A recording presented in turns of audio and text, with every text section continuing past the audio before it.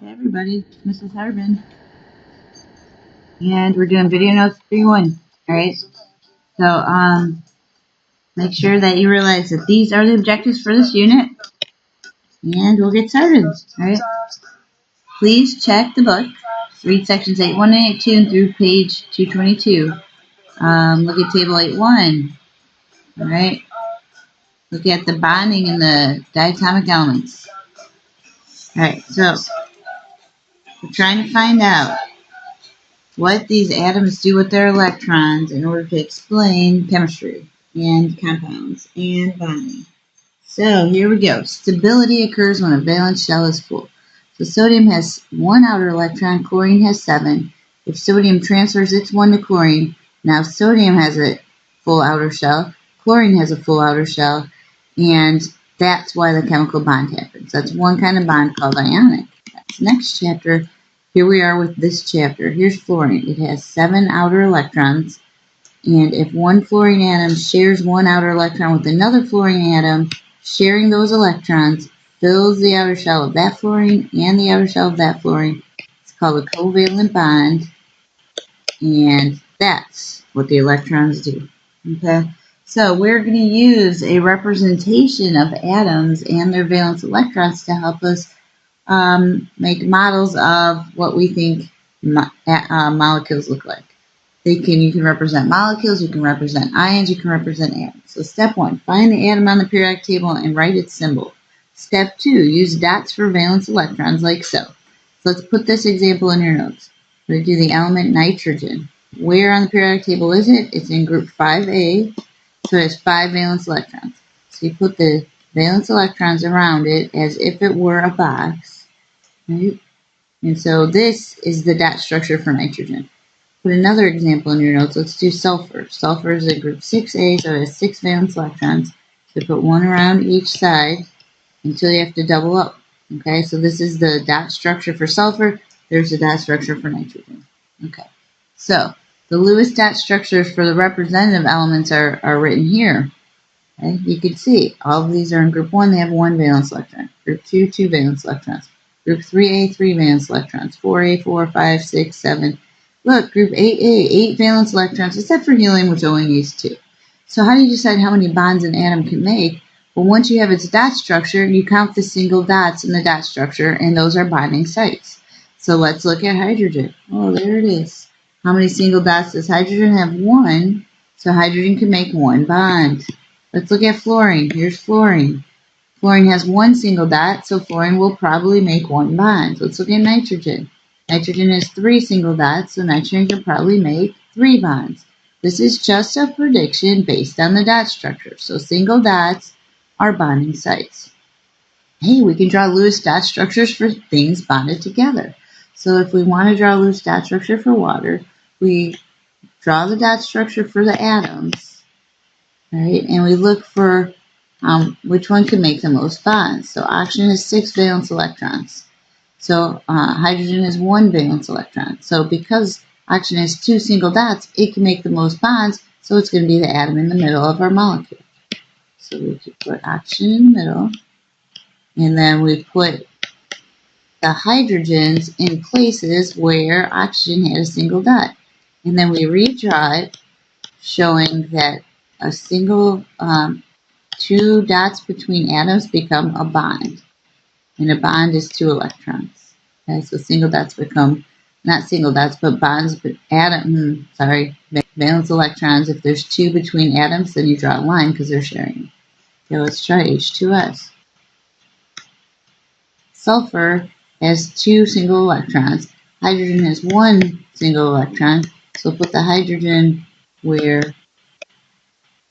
oops, hydrogen, oh no, that's a mess. Oopsie, I should probably erase that, huh? Do you have an eraser down here? Look at that, an eraser. Okay, and now let's get a pen back and draw a sulfur. Okay, so let's do diatomics. Diatomics are atoms that bond to each other to make a molecule. So let's do the diatomic element fluorine. Okay, F2. So what does F2 mean? F2 means there's 2 fluorines in this molecule.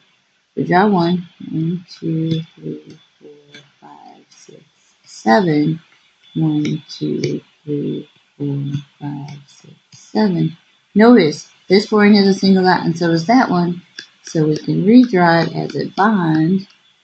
And now we have the dot structure for a molecule of fluorine, and that bond represents 2 electrons. 2 electrons. Okay? And those 2 electrons are shared between the fluorine atoms. Hey, here's some more molecules that we could draw dot structures for. So let's put carbon. Carbon has 4 valence electrons, so it has 4 single dots. It can make 4 bonds, so it's going to go in the middle. The atom that makes the most bonds will go in the middle of the molecule. Hydrogen can make 1 bond, so it's going to go on the outside of the molecule. And then we can redraw it with bonds. So each line is 2 electrons. Let's try NH3. 1, 2, 3, 4, 5. H can only make 1 bond, so there's 3 H's in this molecule. And so we can redraw that as N. H, H, H. And there's NH3, N with 3 H's, and what's called a lone pair of electrons. Okay. We'll save PCl3 and CCl4 for class. Okay. Now, back here, when we said this was a pair of electrons, there's 2 electrons in covalent bond, in 1 bond. Okay, in 1 line. In line equals a covalent bond. Okay. Well, not all bonds are single. In fact, there are such things as double bonds, where an atom's sharing 4 electrons. So you see 2 lines, that must be 4 total electrons. There are things called triple bonds. Triple bonds is where 6 electrons are shared. Right here, 2, 4, 6. That's a triple bond. Double bond. Right? So what happens in a double bond is actually 4 electrons are shared.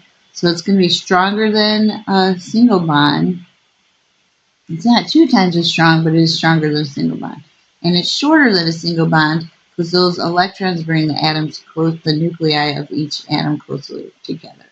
Triple bond is going to be stronger than a single bond and a double bond, and it's going to be shorter than a single bond and a double bond. Quadruple bonds don't exist because there's too much electrons repulsing there, stuck between the atoms. Okay. So another back to covalent bond. Covalent bonds mean that line, those 2 electrons that are being shared between atoms are shared. Ah, sharing. Oh, look, sharing.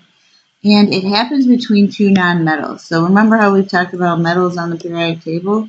Well, and nonmetals? Well, the kind of forces that hold nonmetals together are called covalent bonds. 2 nonmetals, keep that in mind.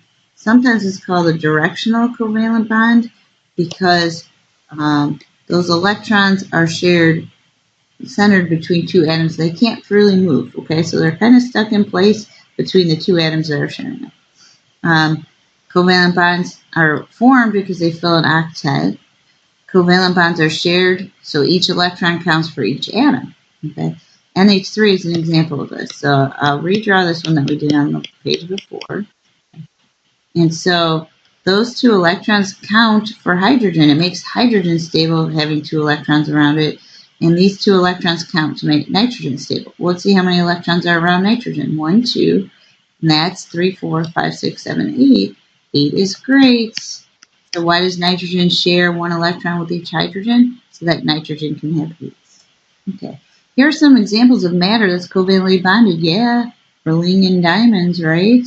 Got some oil. This is bromine. It's a liquid. This is sugar. Give me some sugar. This is water. Wax. Diamonds. And everybody's favorite greenhouse gas, carbon dioxide. Now, some people like it, some people don't. But it is covalently bonded, whether you like it or not. So, here's some important information about the kinds of substances on that last page. Okay. They are covalently bonded, so they're also known as molecular. Covalent bonding is also known as molecular bonding. Important thing to know, 2 nonmetals covalently bond. Valence electrons are shared. So because those valence electrons are shared and they can't move, they do not conduct electricity. So no light bulbs going on with covalent bonding, covalently bonded substances. They usually have low melting points, but that can vary. So some have high, some have low, some have medium. Some covalently bonded things are polar compounds that dissolve in water. Some may be solid or liquid or gas, but they are the only type of compound that can be liquids or gases at room temperature. Okay, so here's those examples again. You see a couple of solids on here, but you also see liquids and gases. And so covalently bonded things are the only kind of bonding that leads to liquids and gases at room temperature. And then our elements, so covalently bonded things don't have to be compounds. They can also be elements bonded together. Okay. So remember we looked at molecules like this? Well, if these are the same atoms, then this bond is a covalent bond, and that's what's holding the atoms together. So you could have covalently bonded elements, or covalently bonded molecules, or they're all molecules, but compounds would be things covalently bonded that are different atoms, and elements could be covalently bonded as well. Okay, so how do we represent these kind of compounds? Well, there's two main kinds of formulas that we're going to use in this year of chemistry. The structural formula shows how the atoms are arranged and which atoms are bonded to each other. A molecular formula gives the count of the atoms. Okay, so these two are the same. There's 1, 2, 1, 2, 1, 2, 3, 4, 4, 1, 2. So C2H4O2 is the molecular formula because all it does is count the atoms. This is a structural formula because if you look at it, you can see that this carbon is bonded to 3 hydrogens, to another carbon, to an oxygen, that's bonded to a hydrogen. Okay, so structural shows how the atoms are connected. Molecular just counts them. 1, 2, 3, 1, 2, 3, 4, 5, 6. Okay. All right, so let's match them. If you see a structural formula, you should be able to find its molecular formula or write its molecular formula. CH4, booyah, 1 carbon, 4 H's. NH3, booyah, 1 nitrogen, 3 hydrogen. F2, booyah, 2 fluorines. H2O, all right, you matched them. These are molecular, structural. Okay, hey, let's give the molecular formula of these. We have 2 H's in this molecule, 2 O's. That's hydrogen peroxide. Here we have 2 C's, 1, 2, 3, 4, 5, 6 H's, and an O. Okay, so structural and molecular. All right, so just so you know, I'm going to refresh your memory. We're talking about sharing, so we're using the sharing song. Read these sections in the book, all right? Write the octet rule in 2 ways, okay? I said the octet rule, making things stable to get an octet, right? I want you to write what the book says about the octet rule. What kinds of atoms from the periodic table usually make covalent compounds, okay? So there's several groups on the periodic table that would make them, and then there's one main type of element. So I want you to think about that, right? These are what we talked about, okay? Bonds formed to be stable, molecular versus structural, and then dot structures. We're going to be practicing those a lot, and we'll talk about ions and compounds in class, right? Peace out, and remember to share.